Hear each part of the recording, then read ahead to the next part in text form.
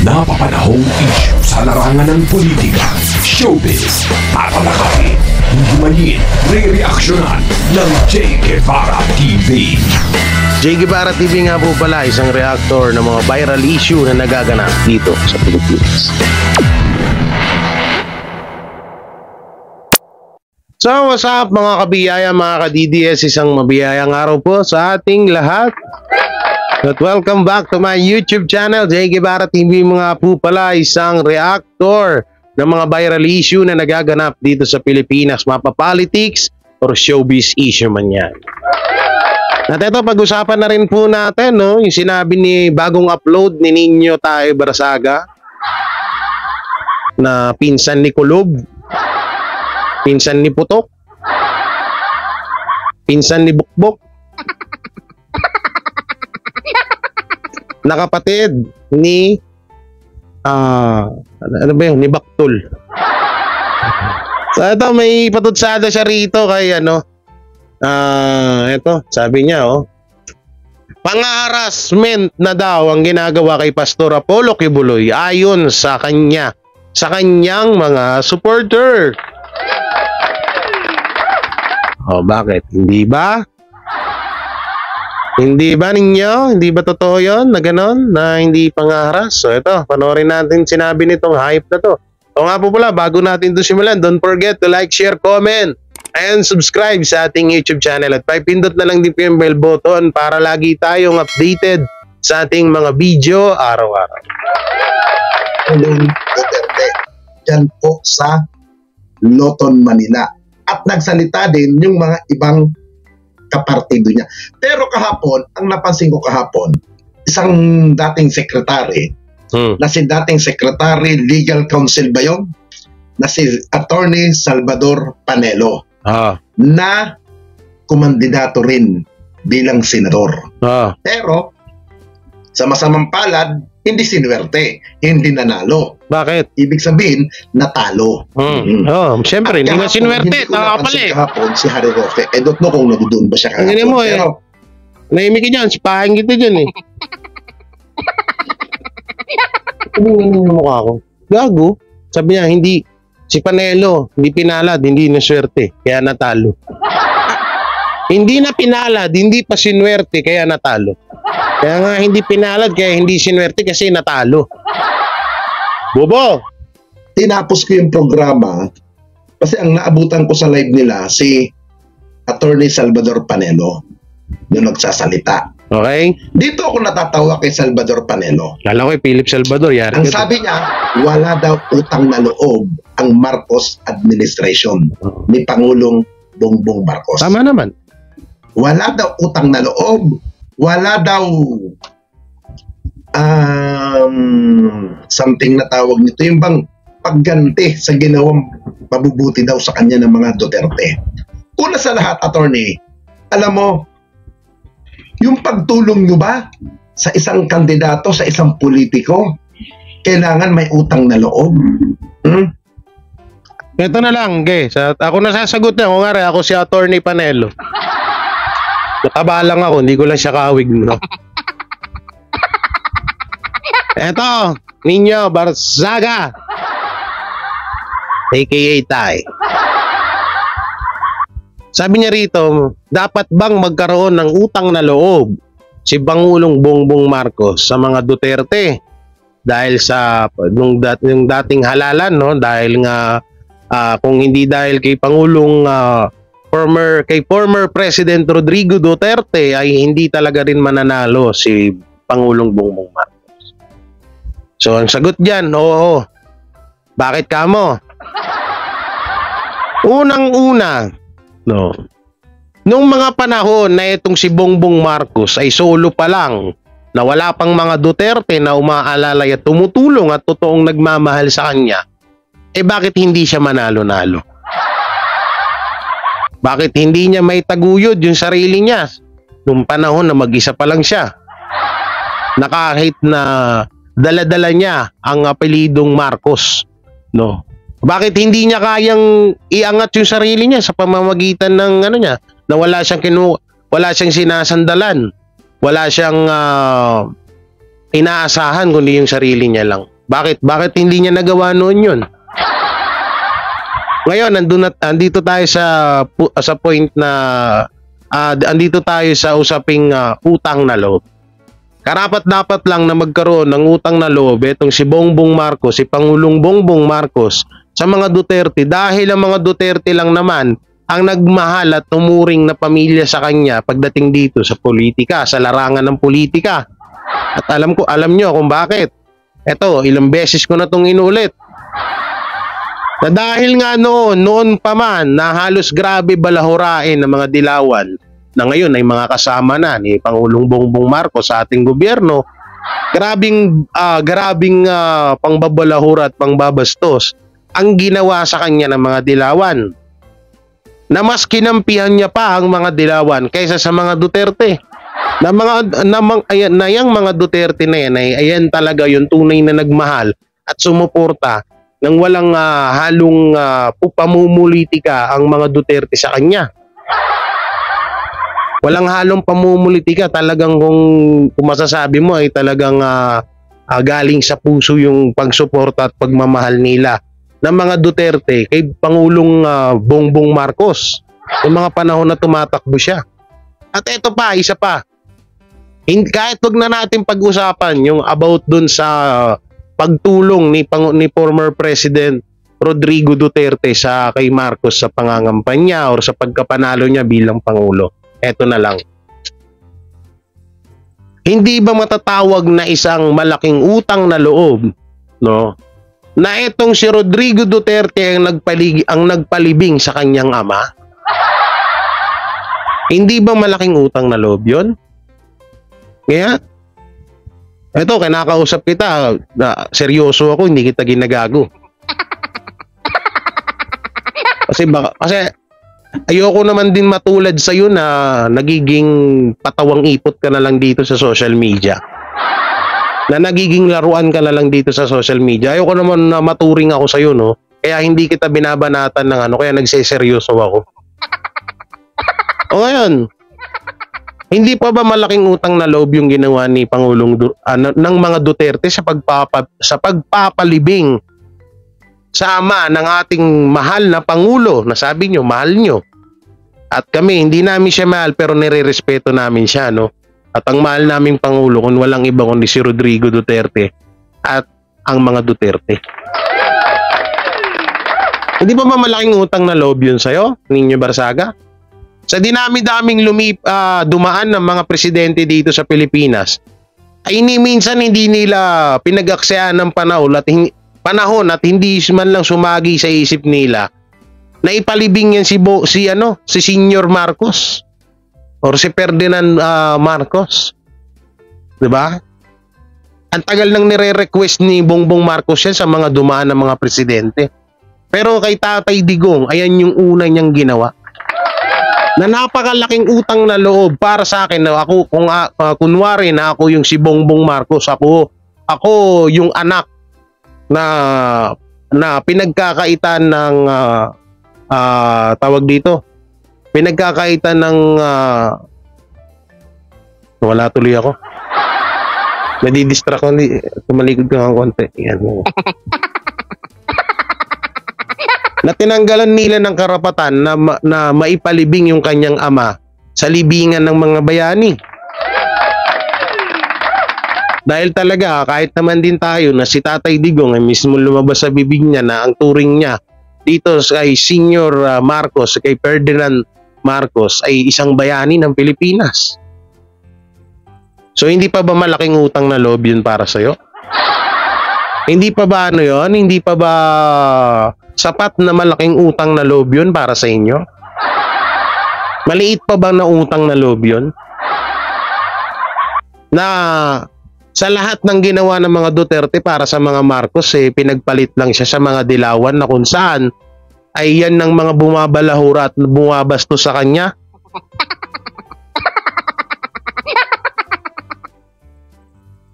Sumagot ka, Ninyo. Putangina ka. Okay, play natin. Utang na loob si Pangulong Marcos dahil kung hindi daw sa mga Duterte, hindi daw makakapwesto itong kasalukuyan administrasyon ni Pangulong Ferdinand Bongbong Romualdez Marcos Jr. Yun ang sinabi niya kahapon. Akala matatanggal na yung lalamunan mo dun, ah. Alam niyo mga kaibigan, ang problema dito sa dating administrasyon, sa dating Pangulo natin, at sa mga sampo ng kanyang kapanalig na sinasabing gano'n ang binitawan kahapon ni Panelo na walang utang na loob. Ano bang utang na loob ang gusto ninyong mangyari? Ano bang utang na loob ang sinasabi ni Salvador Panelo? Yung maging Una-una, hindi naman nanghihingi ng kapalit ang mga Duterte sa ginawa nila para kay Marcos. Alam nyo kung anong hinihingi lang nila? Yung respeto na hindi naibigay sa kanila. Ayun lang yun, yung respeto lang sana. Dahil noong mga panahon na kayo na kailangan nyo ng tulong, respeto kayo ng mga Duterte na kahit marami silang naririnig against sa inyo, hinayaan nila yun. Dahil mataas ang respeto nila sa inyo eh. Pero ngayon, bakit ngayon? Wala, ni katiting, wala man lang kami nakikitang respeto. Respeto na nakikita namin sa inyo. Na respetuhin nyo ang mga Duterte. Respetuhin ni Pangulong Bongbong Marcos ang mga Duterte. Na sa halip na, imbis na kampihan niya, yung mga tao ng balahura sa kanya noon, na yung imbis na kampihan niya, yung mga taong nagmahal sa kanya noon, na yung kinakampihan niya, yung mga bumastos sa kanya dati. O, di ba? Halos lahat yan sa puro mga dilawan yan eh. Halos lahat yan dati nagtutulong-tulong na wag umupo, wag makaupo itong mga Marcos.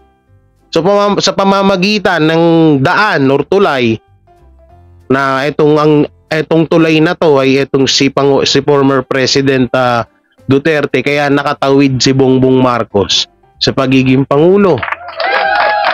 So hindi naman hinihingi yung hindi naman hinihingi yung utang na loob, hindi naman di sinusumbat. Parang pinapaalala lang sa inyo, no? Himod ng tumbong, yung didilaan ng Pangulong Marcos, ang puwet ni dating Pangulong Duterte. Kung ano ang gusto ni dating Pangulong Duterte, yun ang gusto nilang gawin ng kasalukuyan administrasyon, ang maging sunod-sunuran. Yan ba ang gusto ng dating administrasyon? Ang pangit naman na ata ng ganon. Ayaw nyo na maging sunod-sunuran si Bongbong Marcos sa mga Duterte. Pero bakit nagsusunod-sunuran si Bongbong Marcos kay Romualdez? Bakit nagsusunod-sunuran si Pangulong Bongbong Marcos sa mga dilawan? Bakit? Sige nga, explain nyo rin yan. Explain nyo rin yan para mas maganda. Ayaw nyo pala ng ganyan eh. Bakit nagsusunod-sunuran si Pangulong Bongbong Marcos kay Tamba? Kaya halos lahat nga ng pabor ngayon, puro sa mga dilawan eh. Yung salitang utang na loob, Attorney Panelo, may lugar yan.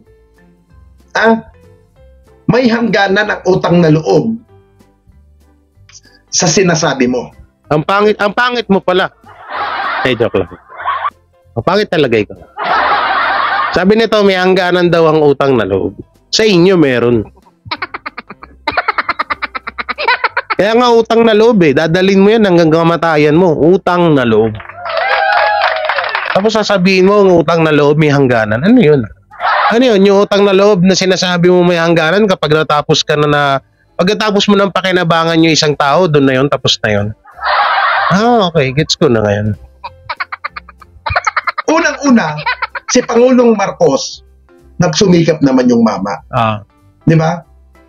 Nang sumikap, ng kampanya, ginampanan niya ang papel niya bilang kandidato, at yun naman ay pinakinggan siya at sinuportahan siya ng 31 milyon na botante sa bansang ito. Sa susunod, wala na yun. 31 milyon na yun, hindi naman lahat yun sumasang-ayon sa dating Pangulong Duterte. Unang-una, balikan natin Panelo Unang-una ito Nino Barsaga. Nung mga panahon na yon, ay ang naglalaban ay partido ni supporters ng mga Duterte at supporters ng mga dilawan. Tandaan mo yan.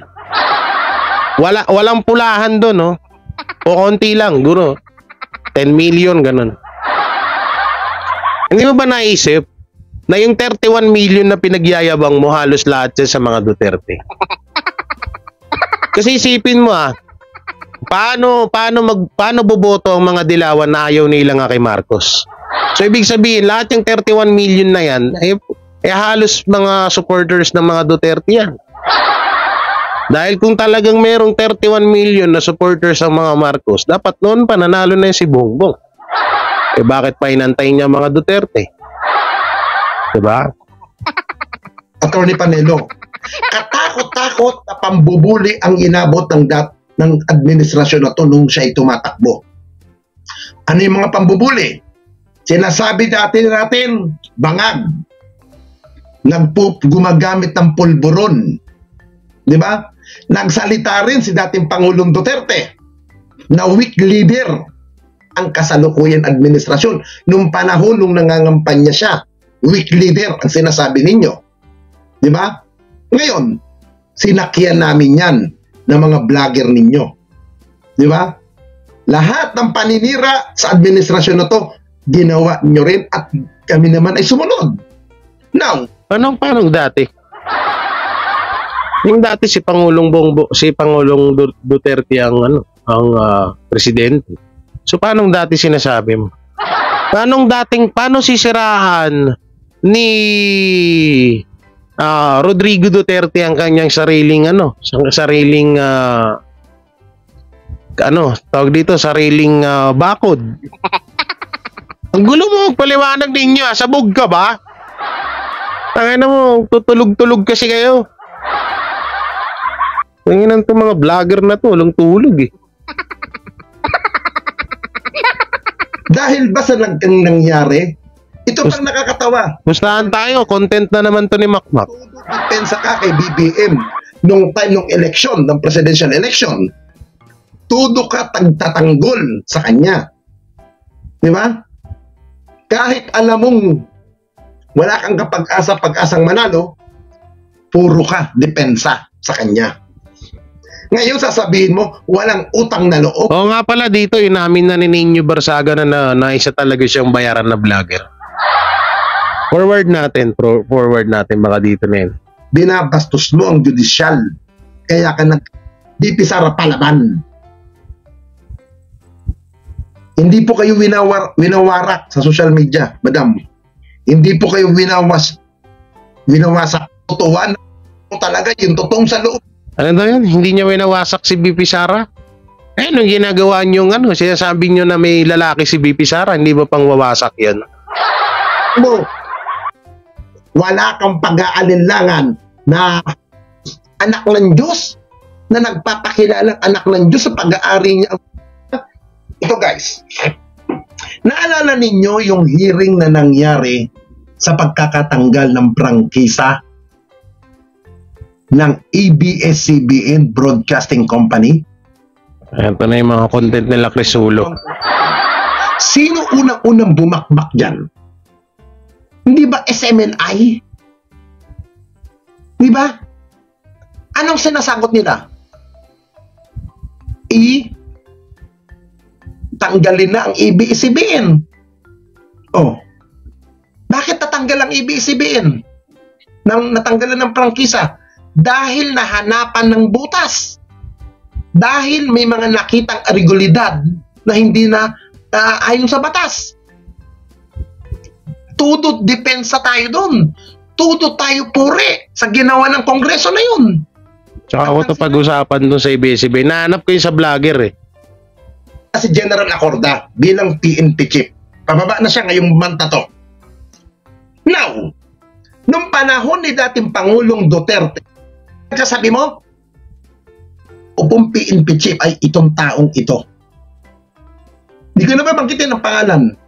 Pero blessing in disguise, yung sinuportahan nyo ng mga general, blessing in disguise, na retirado na, ay hindi siya naupo bilang PNP chief.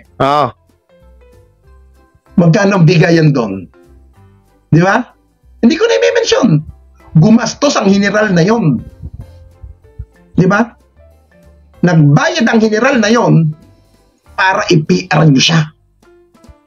At gusto nyo akong isama. Di ba? Dahil nagkataon, itong si Lieutenant General Vicente Danao, maganda ang ginagawa sa akin, maganda ang pakitungo sa akin, at Sip-sip na naman ang gago. Danao, hindi ako Mag-isip-sip ka na sumama naman ninyo, agenda ninyo para sirain si General Danao. At mabuti na lamang, yung dating Pangulo na si Duterte ay hindi sinakyan ng inyong pangangampanya doon sa isang general na hindi naupo sa pagka-PNP chief. Di ba? Ngayon, binabakbakan nyo kung sino-sinong general ngayon? Bakit? May nag-hire na naman ba sa'yo na general para sirain ito? Ah? Ang galing. Ah? Ang galing mong mag-divert ng topic Dapat kami nagtatanong sa inyo niyan Bakit parang sa amin na pupunta, bakit sa mga vlogger na pupunta ng Duterte ang mga pinagsasabi mo? Hindi naman ni minsan wala naman ako napanood na ginago ng mga DDS vlogger yung mga general na mga binabanggit nitong gagong to. Puta na sumisip-sip. Ang hilig mo na sumipsip sa mga lalaki mo, sip-sip ka pa rin dito sa social media. Para wasakin? Ina ka? Ina mo rin. Para magalit sa akin ng opisyal na yon? Tandaan mo, Byron, huwag kang tangat, stupidot, gago. Pukin ang ina mo ka. 10 ng mga ulul mong kasamahan na vlogger. Alam nyo, pukin ang ina ninyo. Yung sinasabi ninyo. Ina mo rin. Mura ka ng pura Administration vlogger ngayon. Ako ang nasa likod nila. Tang ina ninyo. Kung ako ang nasa likod ng mga yan at sinasabi ninyo, hindi ba nakakatawa kayo halataan ng galawan ninyo? Iisa ang mga content ninyo sa akin? Halos dinumog nyo ako, kinuyog nyo ako. Yung mga sinasabi... bakit kayo rin naman? Isa lang na naman content nyo Putangin na, nung naglabas kayo ng issue about kay BP Sara na may lalaki, lahat kayo nag-upload nun. Masasabi mo, lahat ng mga vlogger na mga kasamahan or pumapanig sa mga Duterte ay dinurog ka? Putangin na, hindi ka pa namin dinudurog, pinagtitripan ka pa lang namin dito. Dahil kapag dinurog ka namin, baka kung saan ka pulutin. Wala ka na idudurog, durog-durog na yung mukha mo. Tanginan to, ang galing mo mag-divert ng ng topic ang galing, alam niyo yung mga nito, the diversal tactic yung ginagamit niya. Divert niya yung issue na kunwari siya yung aping-ape, siya yung tama, siya yung dapat paniwalaan. Kaso hindi naman kami tanga, hindi mo kami mapapaniwala sa ganyan ninyo. Una-una, wala kaming tiwala sa mukha mo. Paano kami maniniwala sa'yo? Paano mo papaniwala? Yung mga utu-utu mong supporter, yan ang naniniwala sa'yo. Saka ito lang, isa pang real talk alam mo bakit tumataas bis mo? Dahil sa mga Duterte supporters. Nabantayan nila kung ano mga pinagsasabi mo. Vlogger ko, tinapik ba kayo? Pinakuyog ko ba kayo? May mga tumawag na sa akin ng mga kaibigan vlogger nyo. Grisma ka na natin? Sabi ko, huwag kayong makialam. Oo, yup. Sige ako, handa ako. Nga, pagtulong-tulungan nyo ako lahat kayo, isa-isahin ko talaga. Ewan ko na lang, walang demandahan kasi baka mamaya magdedemanda na lang kayo dahil sobrang asar na kayo sa akin. Kung ano makapag-gamon kayo na lulusubin na, nga, try nyo nga. Ayan, doon pa nga lang kayo sa mga banateros, baka hindi na kayo umubra. Hindi ko naman sinasabi na mas magaling ako sa mga banateros, no? Halos pantay-pantay lang naman mo kami rito lahat dahil nasa tama lang naman yung sinasabi namin. Pero isipin mo lang baka andyan ka pa lang sa mga banatero, sa 3 banateros na yan, bagsak na pa nga nyo. Hindi na kayo makapag-rebat. Kapag lumusob pa ang mga iba pang mga vlogger, katulad nila Sir Spencer, yung mga grupo nila Sir Spencer, nila BMR, yan. Nila Badong. Eh baka doon pa nga lang sa mga nagsisi, Sir Spencer pa nga lang siguro. Hindi ko naman sa nila lang Sir Spencer, no? Hindi ko minamalate yung ano nun. Pero doon pa nga lang kay sinasabihan mong matanda eh. Kahit na magtulong-tulong kayo lahat doon, baka hindi kayo manalo. Tapos amunin mo pa ang Banateros. Oh. Try mo ako amunin. Kahit sabay-sabay kayo, online debate kayo, kahit suntukan eh. Joke lang, hindi na ayo. Hindi ako makipagsuntukan, sayang yung kamao ko. Totoo lang yan. No, kahit na kapag magdebate, kahit basta isa-isa lang. No, kayo lahat. Okay, kaya nyo ba? Ano itong yabang mo, ha? Huwag kayong sumausaw dyan. Awayan natin ito. Ha? Ina mo. Ina mo rin. Ha? Yan ang problema sa'yo, Byron. Ha? Porke nanahimik ako ng ilang araw? Ha? Itong putang inang tong si BMR. Ano yung mga pinagsasabi mo? Ha? Sa live mo nung isang araw? Ha? Na inutusan kita? Ha? Pinipilit kita? Puki ng ina mo, hindi kita inuutusan, gago. Pinakiusapan lang kita. Iba ang pag-uutos, iba ang pakiusap. Tontado parehas. Press lang yun. Halimbawa, inutusan mo si BMR. Oh, BMR, eto, may 30,000 ka. Banatan mo si ganyan. Eto naman, sa pakiusap. Oh, BMR, baka pwedeng makiusap sa'yo na banatan mo na si ganyan. Eto 30,000. Parehas lang yun, tanga. Pakiusap.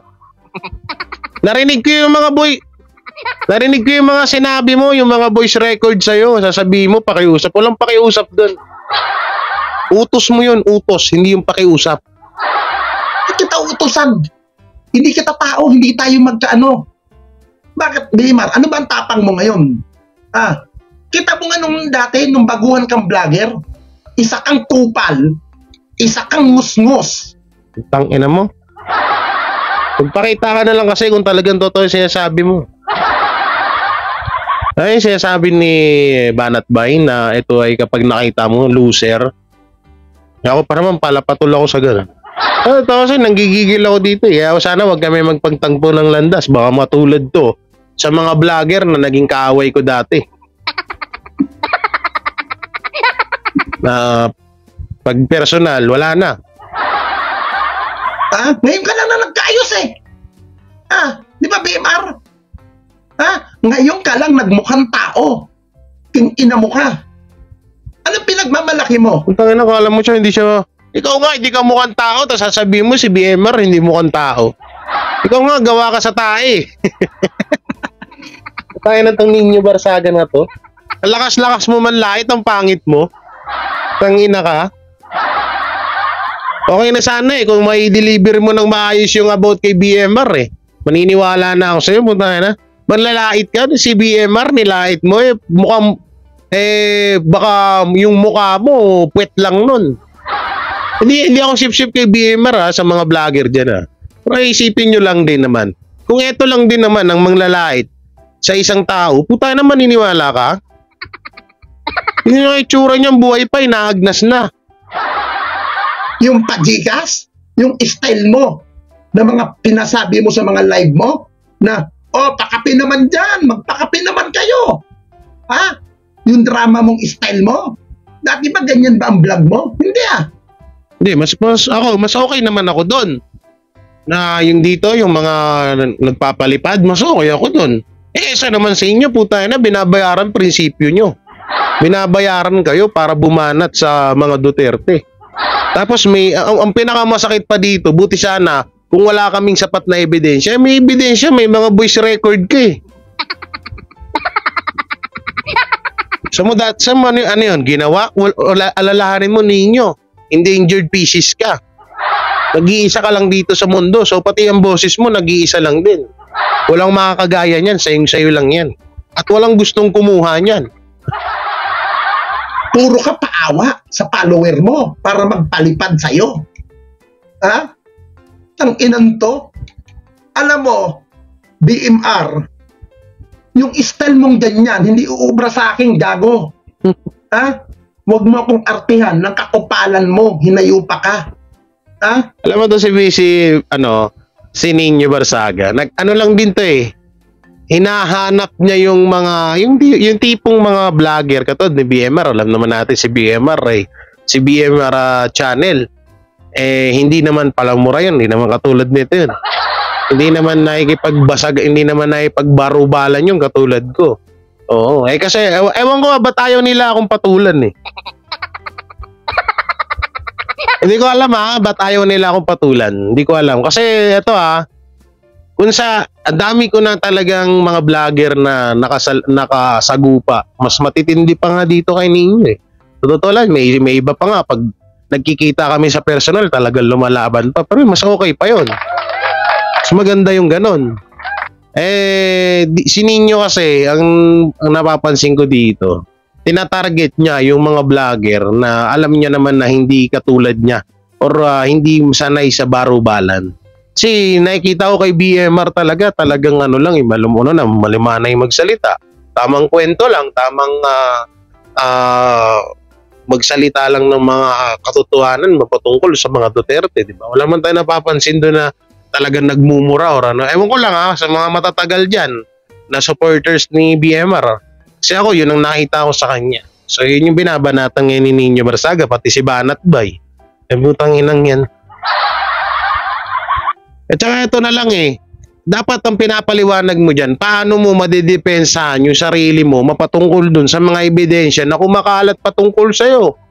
May voice record bakit ayaw mong pag-usapan yun? Bakit ayaw mo depensahan yung sarili mo?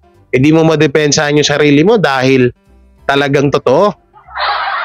No, hindi mo madepensahan ang sarili mo kasi totoo naman. Tang ina ninyo. Ano akala nyo, napatahimik nyo na ako? Tang inan to. Nanahimik lang ako ng ilang araw. Hindi ko lang kayong inaatake. Be. Ha? Huwag mo akong ululin, gago. Ululin? Ha? Tang inang ng mga to, puro kayong mga leche. Ha? Walang sense. Ano pinagdaan mo sa akin? Yung pagiging vlogger mo na ni Pangulong Duterte, ilabas mo lang, mo lang na siya nakaharap Di ba? Ngayon ka lang naka-face to face kay Pangulong Duterte. Ikaw nga daw ninyo, mga kailang beses mo na daw ka face to face si Pangulong Duterte. Kaso, siyempre, ikaw ba naman araw-araw palagi mo ding hingian si Duterte para sa pamasahe mo kung nasan siya, kaya palagi kayo nagkikita. Si BMR ano lang naman yan, nag-umaasa lang din sa sahod niya sa YouTube. So magkano ang flight papuntang Davao, no? At saka hindi na palagi dito sa bibihira na si former president dito sa Maynila. Hindi na ano na siya, palaging nasa Davao na. So malabo talaga 'yon. Kaya ang bobo mo talagang hype Dati ano bang pin-content mo lang? Sa Manila Bila ka lang. Di ba? Diyan ka lang sa Maynila nagbablog. Ano naman big deal doon? Bukin ang ina ninyo. O yung isa pang matandang hukluban. Si Spencer. Na nasa Hong Kong. Si Spencer nga. Gamit nyo ako Di ba? Ano dati kayo?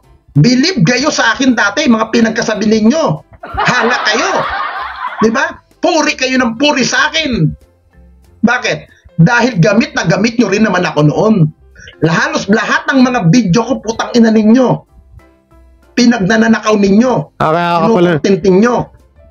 Di ba? Oy, tanga na binabanatan ni Nino Barsaga si Makmak. Kaya mo, Nino Barsaga, gawain ni Makmak yan. Lahat ng video mo, gamit na gamit. Lahat ng video mo, ina-upload, pinagkakakitaan. So, hindi mo dapat sinasabi yan kay Sir Spencer. Dapat sinasabi mo yan kay kay Makmak Pablo. Kay Makmak Kumpak. Huwag tayong mag-ululan, mga buwakan ng ina ninyo. Ululan. Lagi niyang favorite terms niya yan. Term niya yan Alipad at sasahod ninyo. Pero ang totoo niyan, wala kayong utak, mga buwakan ng ina ninyo. Ha? Utang ina. Ikaw pa talaga may gana magsabi na walang mga utak ang mga vlogger ng DDS? ng mga Duterte? Ikaw pa talaga may gana nun? Eh puta na, lahat ng lumabas sa bunganga mo, ulol, tanga, gago, bobo. O, asan yung utak doon? Tangina mo ka, hayop ka. Salamat ka pa talaga, pinapatulan ka pa namin. Tama na nga, naumay na ako sa mukha mo ninyo. Nakakasuka yung pagmumukha mong hayop ka. Hindi ko alam bakit may himala na nabuo ka dito sa mundo. Ay, lako ninyo Barsaga. Yun na nga, no? So, narinig na natin yung mga pinagsasabi niya. So, ibig sabihin talaga, 100% na legit yung mga legit na isa siyang bayarang na vlogger. Okay, at least namin niya na rin. Nanggaling na mismo rin sa bunganga niya. So, shoutout sa'yo, Ninyo Barsaga. O, minsan, pili-pili ka din, no? O, gusto mo, harapan na debater. Yung sa social media, gusto ko harapan. Personal. Kasama mo yung mga ulupong mga vlogger dyan. So hanggang dito na lang yung video natin. Ano may i-komento nyo sa mga sa video na napanood nyo ngayon, i-comment nyo lang po dyan sa baba. At syempre, don't forget to like, share, comment, and subscribe sa ating YouTube channel. At pindot na lang din po yung bell button para lagi tayong updated sa ating mga video araw-araw. So yun, at mega love shoutout pala kay Sir, nakalimutan ko na naman. Kay Sir Ayi, Audio Video Creatives. Siya po yung gumawa ng intro at end screen ko yan. Maraming salamat po. Ay, supportahan po kanyang YouTube channel. So yan, ingat po kayo palagi. God bless and peace. And bye-bye.